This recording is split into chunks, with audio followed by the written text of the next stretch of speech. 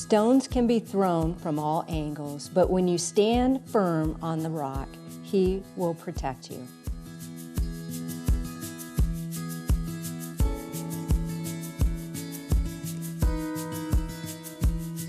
Allie Colleen is no stranger to the music industry. The youngest daughter of Garth Brooks, Allie's passion for singing and songwriting started at a young age, giving her a reputation of being an extraordinary songwriter with a powerful, iconic sounding voice. She writes and sings about the layers of love and heartbreak that has shaped her life. This is her story. This is today's Nashville. This is Faith. Allie Colleen, what a blessing and honor it is to sit down with you this morning and talk to you. You have been all over the place. We have done our best, yeah. You were just in Canada. We did. We had our first kind of international shows this last weekend. It was amazing. It was cold. Cold. It was like 60, 69 kind of. And it was actually really nice, but I don't know that I was prepared for it. But and now you're back in Nashville and it is steaming hot. It's so hot. It's so hot. But it was amazing. It was really amazing. We're very lucky to get to go anywhere we get to go. Well, I'm just so excited to talk about everything that's going on in your life, your music, your career, and what God is doing in your life.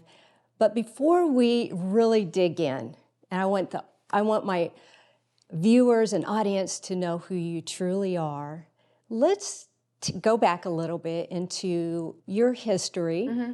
You have a very unique family, and so I want you to share that part with it. Absolutely. I have very well-known parents that are in the same industry as I am. And I have three amazing parents. I have a mom and a dad and a bonus mom. And just very lucky to have the family that I have. I have two older sisters. And, I'm often asked, when was that moment for you that you wanted to do music? That you knew that you wanted to do this. And I don't know that moment ever happened, in the sense of there's never been a moment, a second in my life that every decision I was making wasn't towards this interview today. You know what I mean? Like I love music, and there's never been a time when I wasn't obsessed with writing and storytelling and all of those things. And I just am so grateful to have an outlet like that to use, nonetheless, to hopefully do for the rest of my life. Yeah, I read that you grew up. A lot of people your age, and I want to say you're my youngest person so far on this show. Brad! Yeah, so that's awesome. But you knew right away, and a lot of people your age, they struggle with what to do, but God gave you that gift. Mm-hmm. So what age were you when you started writing your music?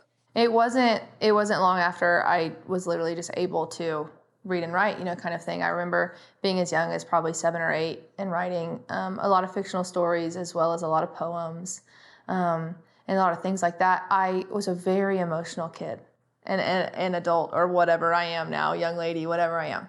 I was very emotional, and I found that as a kid, most of my emotions were always downplayed, by everyone around me. It just as if I couldn't comprehend what that emotion was like at that age, or whatever the case was. And I found at a very early age that if I wanted to talk about myself, it was usually chalked up to, oh, you're a kid, or oh, whatever, all this stuff. But if I wrote stories that other people connected with, then all of a sudden I understood people and they understood me. So I became very in love with songwriting and storytelling in that kind of way.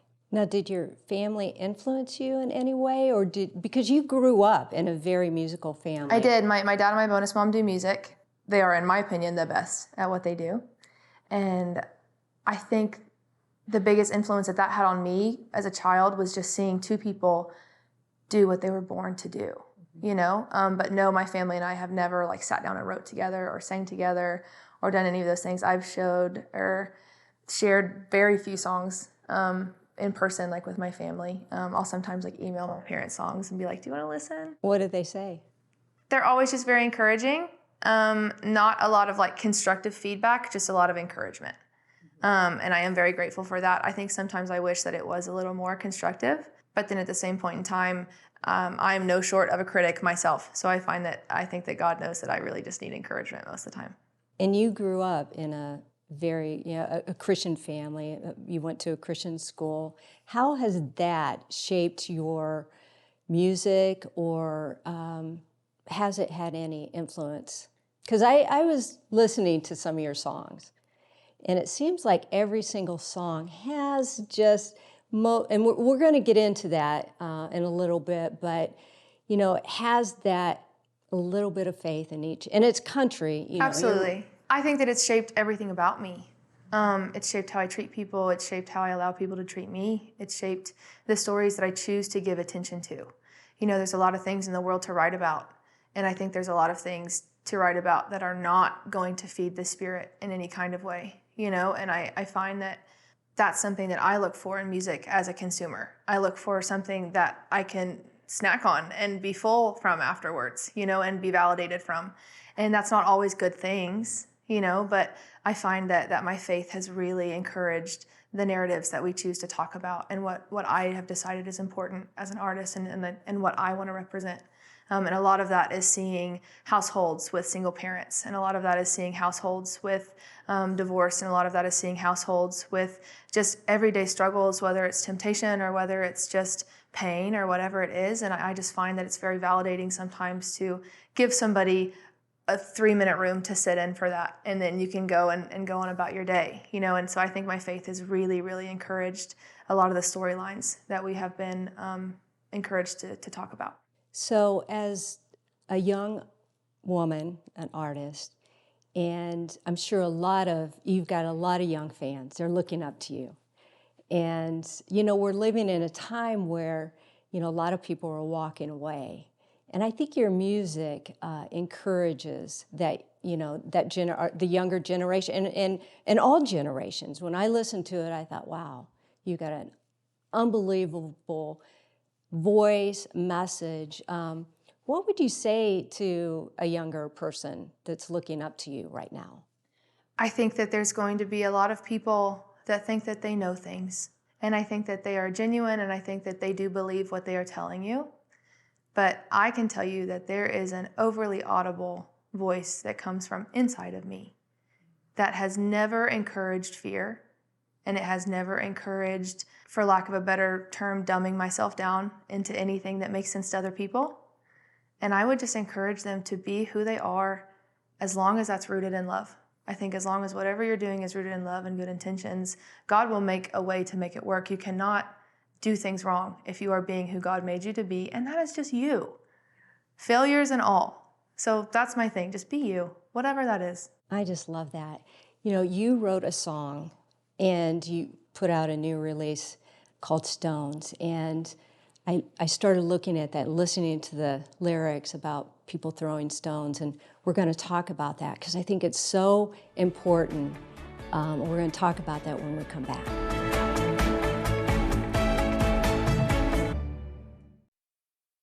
Allie, I listen to a lot of your music, and it's incredible. You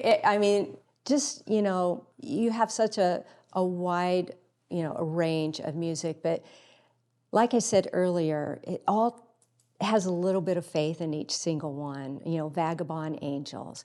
But one that really struck me was Stones, and how people just throw stones at us.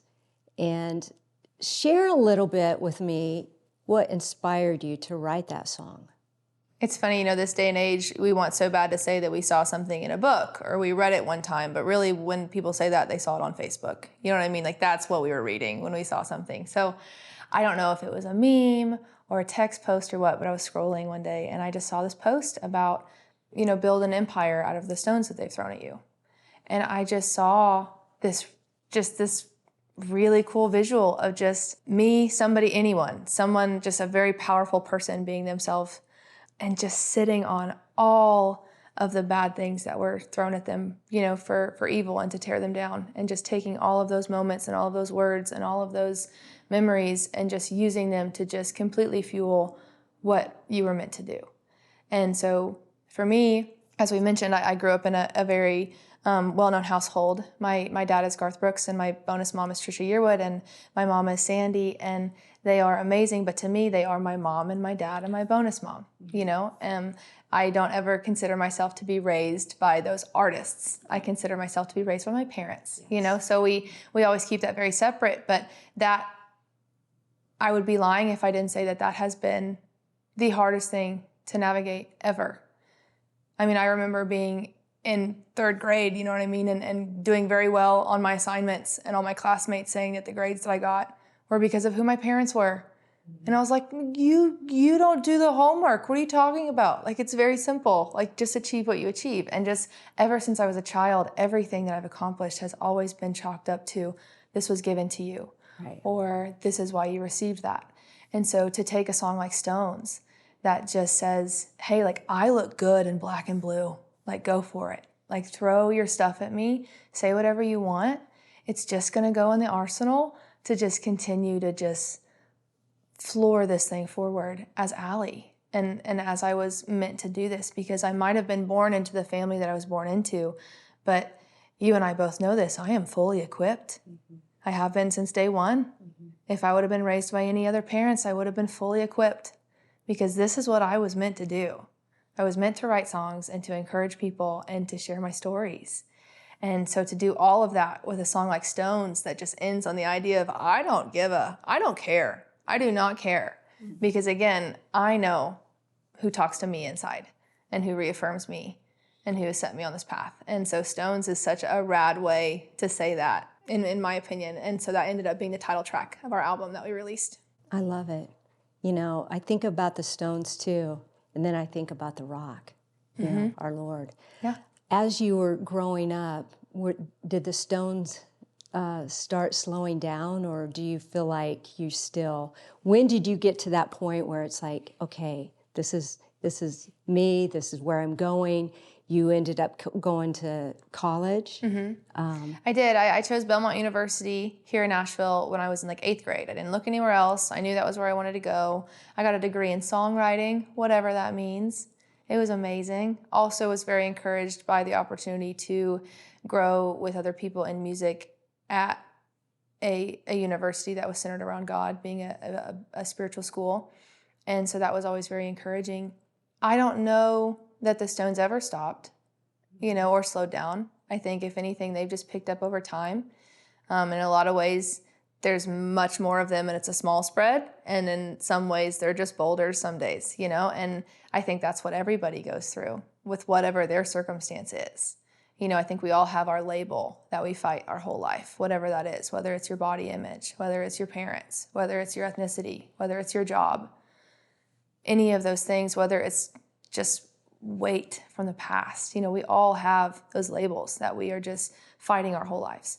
And I think that it really took a turn for me when the narrative switched to, of course you're doing this is who you are, to, I think it is amazing that you do an entire show and nobody knows who your family is, as far as like from you. I will never tell somebody, you know, you're never going to find that information out from me.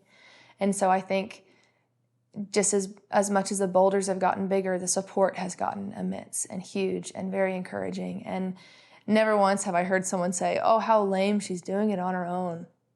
Never once. Never once. You know, I've been very encouraged to do this the way that I see fit and the way that I have done it. And it's been very encouraging. And your voice is just beautiful, powerful. Your music, I just love listening to your music. You wrote a song called Make Me a Man. Yes. Let's talk about it. Oh, that one's one of my little babies. The songwriting process is always different. And this particular song I took to Eric Dodd, who has a couple of different songs with me on the album as well as a songwriter. And it was just one of those mornings where I woke up and I felt very heavy for a while. And I fully believe in the power of submissive prayer. So for me, I've always been a very scared kid. I'm scared of everything. So there's not a lot of times when my back will be to the door or anything like that. So when I do a submissive prayer, I feel very vulnerable. Like when you get on your knees and you bury your head in the floor, even when I know I'm home alone, sometimes I feel very scared to do that. And so that morning I woke up and I just prayed that way. And I was like, whatever I need to write about to not feel this way anymore, please encourage me to do that today and help me find that. And that morning before I went to the write, I'd started a verse chorus just about my mama, you know, my bonus mom and my dad growing up, I got to watch them fall in love what seemed like every single day. Gross. They're just they're so in love with each other and not even infatuated. It's very real, and it's very kind, and it was amazing. And I was always very frustrated as a kid that was not the case for my mama. I never got to see my mama find that relationship that she deserved, and those kinds of things. And so that morning I'd started this verse and chorus, and I took it to Eric that afternoon, and it was just one of those times when I said, I want to play you what I have, and if it doesn't just light you on fire respectfully, I would love to just keep the song, whether I write it by myself or I take it to somebody else, And I played it for him, and he just fell in love with it, and we just dove in that day. And just the whole idea is just, God, make me a man, worthy of my mama. And it just became this amazing song that we get to take on the road. And there's an equal reaction between the moms and the dads in the audience that are raising their babies by themselves and also trying to find that lifeline for them, as just as much as there's a reaction from kids. And these kids are anywhere from my age with their parents to these little 6 and 7 year olds that are like, Mom, that's what you need. That's what you deserve. And it just kills me. Oh, when we come back, will you play a little bit of it? I would love to. All right, we'll be right back.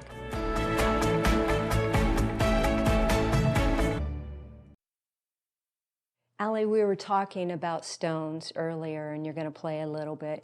But this song is so important to you, and it's about, it was written for your mom. Yes. I write a lot about my mama.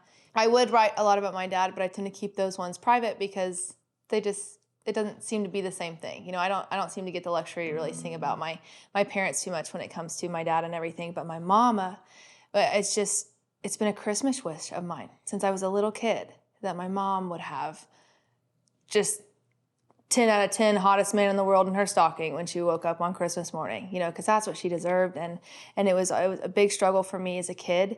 And I think that as a young woman too, going into my own relationships, having watched what my mama went through, was very hard for me to navigate. And so to get to write this song that is 100% for just equally single parents as it is the children that are watching it, and I love this song. I love the message behind it. And I always like to say as well, when I play this song, this is not eHarmony for my mom. Mm-hmm. She has found her man. Mm-hmm. She done run off and got married, and I'm so happy for her and everything. But this is just for validation of kids and parents alike, I guess, kind of thing. Can I play a little for you? Love it.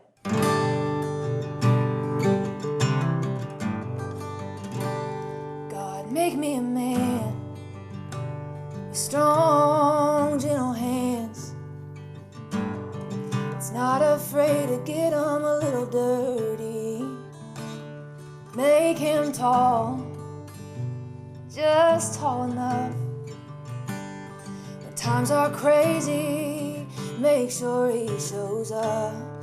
And when it's dark, can you make him brave? Give him wisdom and the right words to say. God, make me a man worthy of my mama, to hold her tight when I'm not around. And when she's scared, he'll be right beside her to give her faith in the love she's needing now. God, make me a man. Oh, it's beautiful, Allie.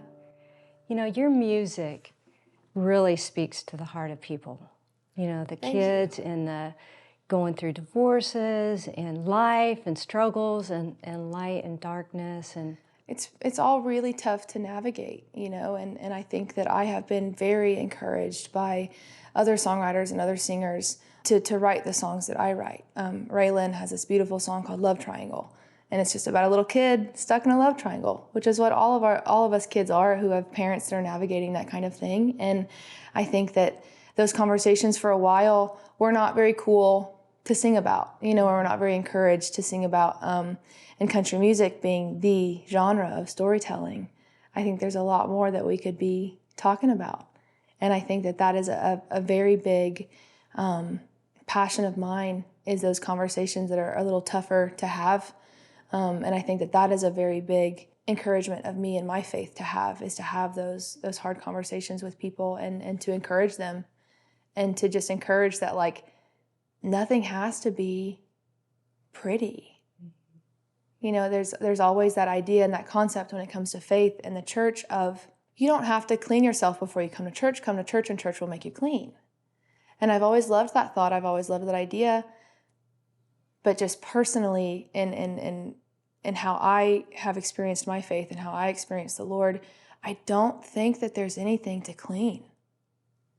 You look at the disciples, you look at all the men and women in the Bible, that was not Christ's point, was to make them perfect people that looked clean and that were these perfect pieces in society. They were always outcasts. Mm-hmm. Every single one. They always had huge traumas and huge addictions and huge just passions and huge things that were not really right on line with all the other culture. And I just think that sometimes it's lost in the narrative that you get to be fixed by Christ. And I think in my opinion, solely my opinion, I don't think that there's anything to fix. I really don't. I think that you are made exactly as you are, you know, with the temptations that you have and the battles that you fight and the labels that you have. And God just wants to see you love people despite all of those labels and despite the stones and despite the hatred that is so easy to be seen and to be felt. It's like, it's just that salt and light, you know, just to be a light to people as you are. And I think that that's something I would really love to encourage, especially young women, to be, and young men as well, and just the younger generations to just be unapologetically who you are.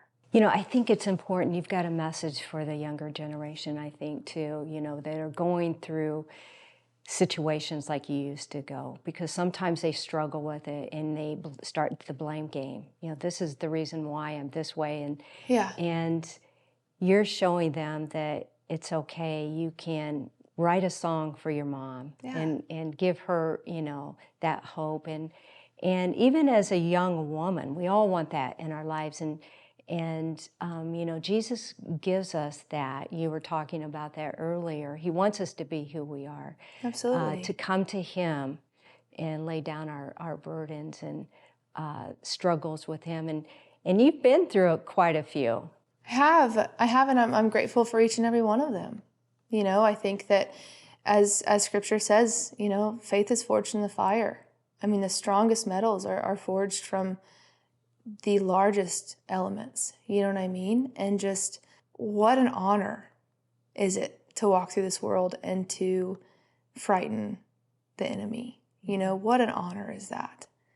And yeah, that's going to come with a lot of hardships, but I don't ever want to be somebody that the enemy isn't worried about. Yeah. That's very complacent, you know, that's very lukewarm, and that I have no interest in being anything like that. And I think that it's just such an honor to get to live this life the way that I have and will continue to, and to play music for the rest of my life and share stories and narratives and talk with kids and all of those things. Well, Allie, what's next for you? Right now, tomorrow. You know what I mean? And then the day after that. And I know you're busy. And you got new music coming. No, we are on the road. We have new music coming. All of these things are on my website, on my socials. Everything's Allie Colleen Music. Anyone who wants to follow us is welcome to. And they can find anything they want to know about me there. But just right now, tomorrow. You're very busy. A lot's happening. Your music is amazing.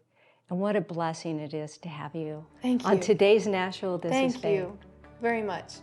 My friend, has stones been thrown your way? I want to encourage you today to stand on the rock, and His name is Jesus.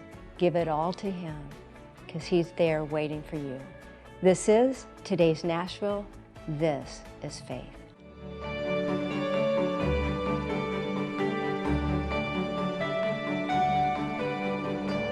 Cornerstone Television wishes to thank all our faithful viewers whose consistent prayers and financial support have made this program possible.